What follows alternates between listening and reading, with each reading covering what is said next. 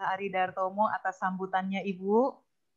Selanjutnya, kita akan mendengarkan kata sambutan dari Ketua PIKK PL Bisnis Regional Sumatera Kalimantan. Kami persilahkan dengan hormat Ibu Dr. Firda Edwiluyo Kusliharto, SPKK FIN SDP. Kami persilahkan Ibu. Terima kasih Mbak sama Bu Elisa nih ya. Assalamualaikum warahmatullahi wabarakatuh. Selamat pagi, salam sehat, salam sejahtera untuk ibu-ibu semua yang ada di seluruh unit Indo PLN wilayah Kalimantan Barat. Ya, ini mungkin pertemuan yang keberapa nih Bu Elisa? Saya udah lupa nih. Kedua, ketiga, atau sama kita yang sudah lama sudah ada kali ketiga, sama ini 4 ya Bu ya. 4 kali ya. Berarti kalau gitu pasti sudah hafal berarti ya. Mestinya saya sudah hafal dengan ibu-ibunya ya. Selamat sekali lagi selamat nih kepada yang baru bertugas ya di unit Indo wilayah Kalimantan Barat ya. Mudah-mudahan dengan bergabung di wilayah Kalimantan Barat ini banyak manfaat dan banyak teman baru yang akan pastinya menambah ini ya, menambah rezeki pastinya ya. Kenapa saya bilang menambah rezeki? Kan banyak teman, banyak rezeki ya. Jadi pasti dengan masuknya ibu-ibu semua di unit Indo wilayah Kalimantan Barat di bawah kepemimpinan Bu Elisa, saya berharap bahwa banyak hal-hal positif yang bisa didapatkan di sini ya. Saya kira kalau yang cuman berpindah kan masih di wilayahnya Kalimantan ya Bu Elisa ya. Yang Ya, mungkin yang pindah dari Sumatera belum ada ya. Yang pindah dari Sumatera ada yang pindah dari dari Sumatera ya? Bangka Belitung Bu. Oh iya, Bu Gede ya dari Bangka Belitung. Selamat ya. Welcome to the West Kalimantan ya. West Tapi saya Borneo Bu. kira West Borneo ya, tapi tetap saja masih di dalam satu lingkaran regional Sumatera dan Kalimantan. Masih ketemu Ibu lagi ya. Sebelumnya saya ucapkan selamat Hari Kartini kepada seluruh ibu-ibu PIKK PLN yang ada di sini ya. Kita menyemangati dan memperingati Hari Kartini tidak saja dengan berbaju kebaya ya, tetapi yang lebih utama adalah menyemangati dan meniru apa yang sudah dilaksanakan oleh Ibu kita Kartini ya. Saya sebagai seorang ibu, seorang istri, seorang wanita karir ya, bahkan dibilang juga seorang pengusaha ya, saya harus bisa membagi waktu. Makanya saya selalu memberikan kata-kata motivasi bahwa wanita yang dilahirkan di Indonesia itu sudah sepaket di dalamnya adalah hadiahnya adalah emansipasi wanita. Kita diberikan kesempatan untuk meniti karir, mengembangkan diri, mengembangkan potensi, tetapi jangan lupa bahwa di sela semua yang ditakdirkan itu ada satu kodrat yang tidak bisa kita hindari. Jadi kalau ibu semua nih, kalau melihat ibu di luar garang ya, artinya sebagai seorang wanita perkasa gitu, kalau nyampe di rumah ya berubah lah. Kalau sampai di rumah ya jadi ibu lah, nyiapin makan, ya nyiapin baju. Kalau bapak mau mandi, misalnya sikat giginya habis ya ibu ambilin, kayak gitu-gitu ya. Jadi artinya kita harus bisa ya, bisa membedakan di mana posisi kita ya. Karena sekali lagi bahwa kita apapun agamanya, apapun takdir yang kita jalani, tetap kita di rumah harus selalu ingat bahwa kita adalah seorang wanita yang ditakdirkan Tuhan, mempunyai fungsi sebagai ibu, sebagai istri, ya, yang harus menjadi panutan mereka, ya. Jadi kalau saya nih ibu-ibu ya, saya sekarang kan tidak berbicara secara ilmiah nih, saya hari ini berbicara sebagai seorang wanita ya. Jadi dalam satu sisi kehidupan saya secara pribadi, saya berusaha menampilkan agar anak-anak itu bangga dengan saya. Bangga itu tidak dalam segi misalnya saya berkarir, bukan. Dalam segi saya memasak. Mungkin ibu-ibu nggak percaya ya, saya pintar masak ya. Saya pintar masak loh Bu Elisa. Saya Iya, mungkin satu level di bawahnya Bu Elisa mungkin ya. Cuman terus terang aja ya, ada hal yang membuat satu kebanggaan adalah pada saat anak-anak saya dulu SD, SMP, dia membawa bekal sekolah ya. Terus kemudian teman-temannya mencicipin masakan anak saya, terus kemudian bilang, siapa ini yang masak? Mamaku gitu. Mereka nggak percaya. Masa? Kalau mamamu besok bawain lagi dong, aku mau, katanya gitu. Jadi itu yang membuat rasa bangga bagi saya yang tidak akan terlupakan di dalam perjalanan hidup saya. Jadi mereka bangga memiliki ibu yang bisa ditonjolkan kepada teman-temannya. Jadi saya kira ibu-ibu yang ada di sini pasti bisa mempunyai kelebihan itu ya, tidak harus berpendidikan tinggi ya. Karena saya yakin ya, semua wanita itu mempunyai kelebihan yang tidak akan sama di setiap orang. Jadi jangan pernah merasa rendah diri, saya tidak berkarir, saya di rumah saja, saya ibu rumah tangga. Oh tidak ya, kita sama kedudukannya di mata Tuhan. Dan kita mempunyai kemampuan untuk mengembangkan potensi diri kita semaksimal mungkin asal satu, ada kemauan. Betul ya Bu Elisa? Kalau kita nggak ada kemauan ya walaupun dia pinter juga jadi bodoh. Orang bodoh bisa jadi pinter kalau dia mau. Sama seperti gini, orang cantik kalau nggak dirawat ya jadi jelek. Orang jelek dirawat jadi cantik. Kan begitu ya. Saya selalu menyampaikan ke pasien-pasien saya. Misalnya dia datang nih, dok kalau saya perawatan sama dokter apakah ketergantungan? Saya bilang nggak ada yang gantung-gantung di sini. Saya bilang gitu. Yang gantung itu adalah kalau ibu keinginannya berlebih. Karena kita ditakdirkan bukan bidadari, saya bilang gitu. Kalau ibu bisa menyadari bahwa di sini saya sudah cukup, ya nggak ada ketergantungan. Tapi kalau ibu maunya naik terus, ya akhirnya ya saya bilang kalau dibilang ketergantungan, ya ketergantungan, saya bilang gitu. Jadi samalah seperti itu, ya. Jadi manusia, terutama wanita, tidak ada semua yang sempurna. Pasti ada kelebihan dan kekurangannya, ya.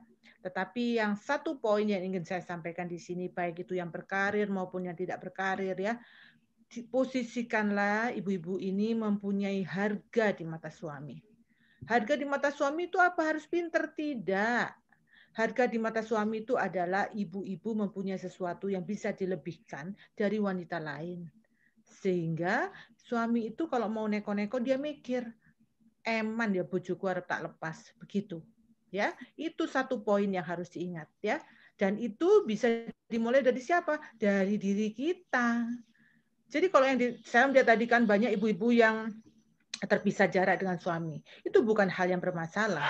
Ya, banyak kok orang yang berselingkuh yang tinggal satu rumah, banyak. Pasien ibu juga banyak yang kayak gitu. Kebetulan ibu kan dokter spesialis kulit dan kelamin, ya kan? Jadi ibu bisa melihat gitu. Jadi tidak ada jaminan kalau seorang keluarga yang bersatu dalam satu rumah itu dijamin tidak selingkuh. Oh tidak. Masa perselingkuhan tidak bisa diatur. Pada saat jam dinas pun bisa. Apa ibu-ibu bisa ngelihat? Ya kan? Pada saat jam makan siang apakah ibu-ibu bisa ngecek? Kan enggak juga. Kalau ibu-ibu selalu berpatokan bahwa suami setia itu adalah suami yang pulang tepat waktu, itu zaman dahulu kala, Ibu. Kalau sekarang tidak lagi, waktu sudah berputar ya. Pada saat jam makan siang mereka bisa check in. Jadi it's okay ya. Jadi artinya gini, kita tidak bisa yang namanya menolak yang namanya modernisasi ya. Kita tidak bisa menolak yang namanya perubahan zaman.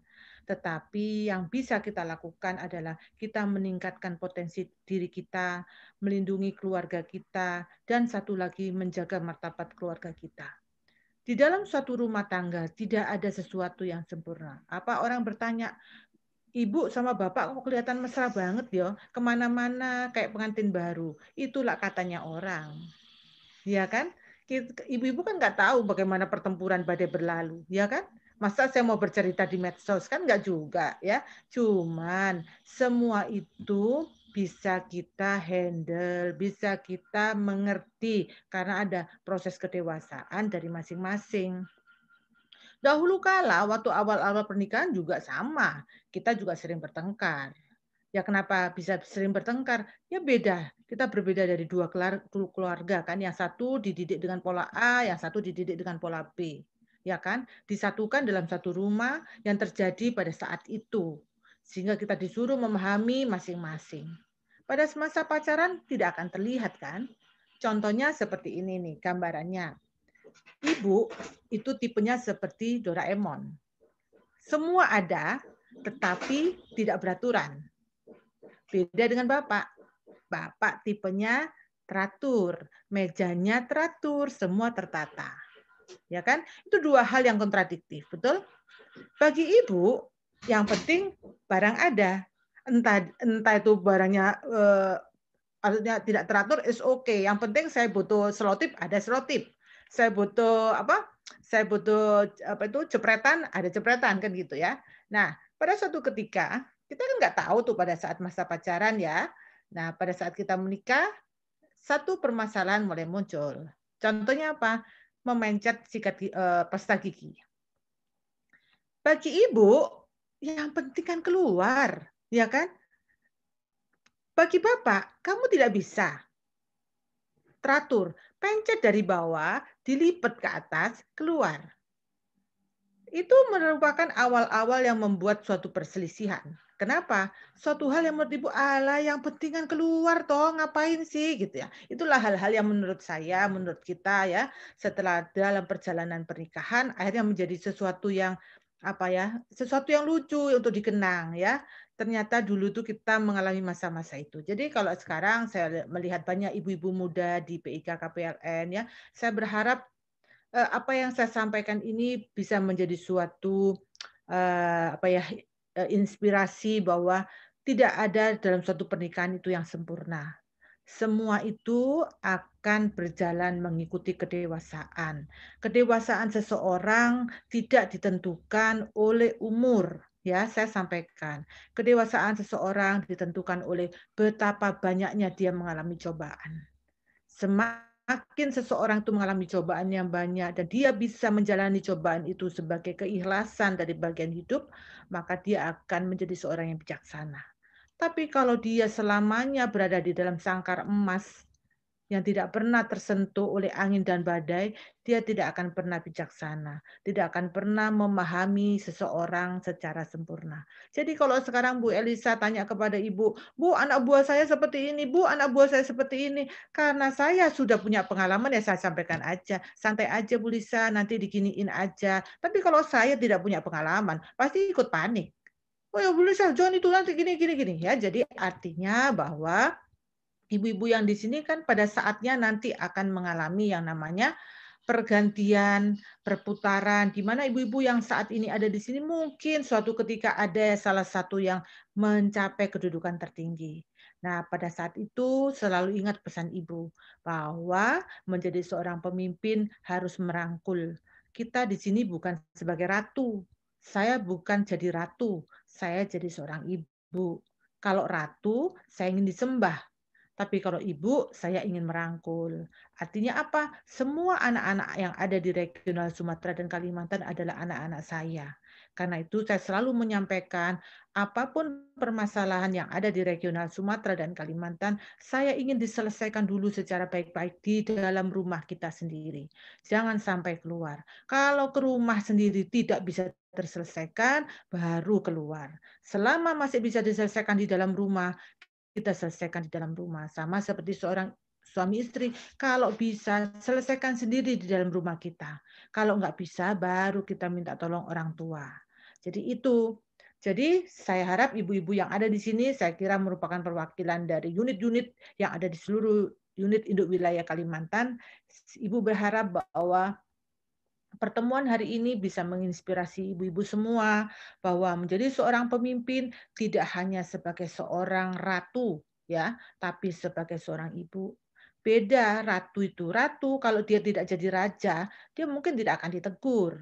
Dia tidak akan disapa. Tapi kalau seorang ibu, dia akan selamanya akan menjadi ibu. Jadi kalau ibu-ibu nanti nih, misalnya di dalam perjalanan nanti ya ketemu ibu, apakah ibu masih jadi direksi atau tidak, tolong ditegur ibu dimanapun ya. Ibu akan menyambut dengan senang hati. Karena apa? Kalau mengingat satu-satu, nggak akan ingat. Karena ibu anaknya banyak. Ya boleh saya, anaknya banyak dan tersebar ya. Jadi saya berharap nih, apa yang saya sampaikan kepada ibu-ibu semua bisa menjadi tauladan. Karena apa? Saya selalu menekankan ke dalam diri saya, begitu juga Bapak selalu menekankan kepada Ibu bahwa jabatan itu adalah amanah. Artinya apa? Kita tidak selamanya memegang amanah itu. Jadi pada saat kita tidak memegang amanah itu, kita bisa apa ya? Kalau orang Jawa itu bisa nerimo ing pandum, bisa hatinya tentram, tidak berkecamuk, tidak post power syndrome gitu ya. Jadi itulah yang membuat Ibu dan Bapak memegang amanah ini dengan santai. Santai artinya apa? Ya udah, kalau itu memang takdir saya terima. Kalau tidak takdir saya ya sudah gitu. Makanya kalau ibu-ibu mungkin ketemu ibu di mall, di apa, tegur aja. Saya kalau di rumah sakit nih, ibu-ibu ya, saya kalau di rumah sakit ya di Surabaya ya, saya tidak memposisikan diri seperti seorang yang saat ini. Saya memposisikan diri saya sebagai seorang dokter ya, saya berbicara dengan tukang sapu, dengan apa ya saya ngobrol aja. Mereka kan juga teman kita, karena kita tidak tahu dalam perjalanannya nanti mereka itu jadi apa. Mungkin ada satu cerita nih ya, dulu waktu Bapak nih, waktu awal-awal pernikahan ya, Bapak kan ditugaskan di Bengkulu waktu itu ya, di Curug Bengkulu. Ada seseorang yang bekerja sebagai OB, ya, seorang wanita yang bekerja sebagai OB, yang setiap hari dia menyiapkan Bapak itu teh manis ceritanya ya. Saking dekatnya sampai malam pertama pun yang disebut si cewek tadi. Saya kaget, siapa nama itu? Saya bilang gitu kan. Saking saya, kok malam pertama malah yang disebut si cewek itu, saya lupa namanya ya. Terus dia bilang waktu itu Dek, jangan cemburu. Itu yang biasa bersihin kantor sama nyiapin teh manis. Karena kan PLTA Musi itu ada di hutan, Ibu, ya. Maksudnya itu hutannya ditebang untuk dijadikan PLTA. Jadi orang di sana kan sedikit. Jadi yang ketemunya kan setiap orang itu aja, ya. Nah, pada suatu ketika beberapa tahun kemudian, mungkin ya 15 tahun kemudian atau 20 tahun kemudian, ya saya lupa, waktu itu ada acara agenda di Bengkulu. Ibu datang ke sana, terus mendapat cerita Bu Lisa.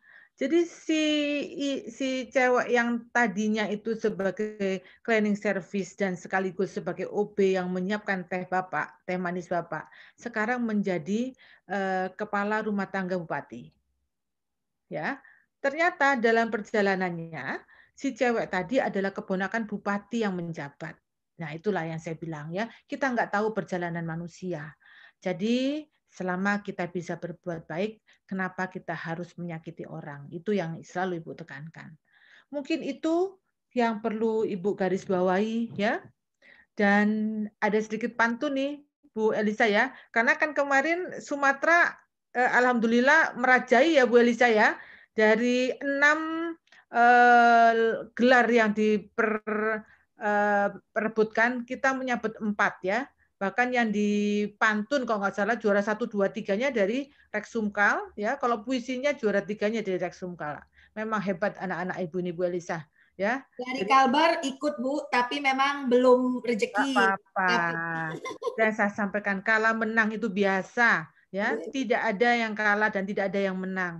Yang menang itu adalah yang berani maju dan berani berkreativitas. Masalah kalah menang itu urusan belakang. Ya, betul Bu. Monggo Saya Bu, selalu menyampaikan ke anak-anak saya sendiri pun ya, saya sampaikan kalah menang itu urusan biasa. Saya bilang yang penting berani maju ya.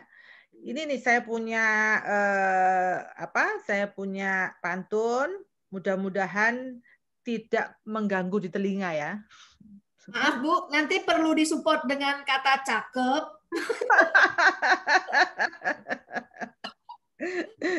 Nih ya. Sungguh rindang pohon mahoni. Cakep. Lebih tinggi si pohon akasia. Ayo teruskan perjuangan Kartini. Jadi wanita mandiri berhati mulia.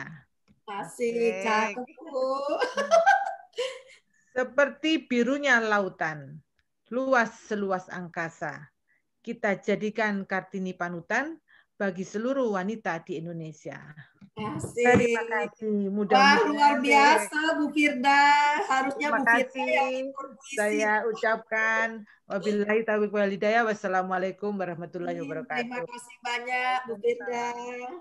Ini saya pakai kebaya Bali tadi yang dari Bu Gede ya. Ini kebaya Bali nih, saya berdiri ya. Ini kebaya Bali. Nah, waduh, tuh. Cantik Bu. Saya tuh suka ini. Nanti Ibu bisa kirim foto Ibu yang sendiri berdiri ya Bu. Jadi izin Bu, biar kami bisa nanti ikut posting karena kami bangga dengan Ibu. Jadi tidak apa-apa ya Bu, mohon izin nanti. Jadi begini ibu-ibu semua ya, jadi kan banyak orang bertanya, ke direct message Instagram story Ibu ya. Jadi mereka tanya kayak kemarin, Ibu itu beli songketnya di mana? Ibu itu beli bajunya di mana gitu. Jadi gini, saya kasih rahasianya ya. Jadi ibu itu kalau beli tidak harus selalu satu set. Nah itu yang harus dipahami. Jadi kadang orang tuh berpikir gini, ibu kemanten nih, oh berarti Ibu Firda berarti mencari baju sama songketnya hari itu atau seminggu yang lalu. Oh bukan. Jadi songket itu Ibu koleksi ya. Ibu kurang lebih punya songket itu ada 40 songket tuh Elisa ya. Ada 40 songket Ibu tata tuh, Ibu lipat-lipat gitu ya. Terus kemudian Ibu punya baju bisa Ibu beli. Jadi kadang-kadang songketnya Ibu beli 2 tahun yang lalu. Bajunya Ibu beli setahun yang lalu gitu. Nanti dipadu padan, mix dan match ya. Jadi artinya bahwa jangan dibayangin hari ini beli terus besok beli, nggak bisa. Songket itu nggak bisa seperti itu. Songket itu ada etniknya, uniknya itu hanya pada misalnya pas kita datang nih, saya pada datang ke Kalimantan, ini warnanya lagi aneh nih, saya beli. Pas kita datang lagi belum tentu ada. Jadi gitu. Jadi itu yang membuat orang kadang-kadang, kok beli terus ya? Enggak juga sih. Kalau beli terus enggak juga Bu Elisa. Cuman Ibu punya koleksi gitu. Jadi bajunya saya ini taruh dari mix-match gitu ceritanya. Gitu ya. Terima kasih. Siap. Terima kasih banyak atas sambutannya dan motivasi-motivasinya yang luar biasa, Ibu. Semoga Ibu senantiasa diberikan kesehatan sehingga kita bisa mendapatkan ilmu dan motivasi-motivasi hebat selalu dari Ibu. Amin. Amin.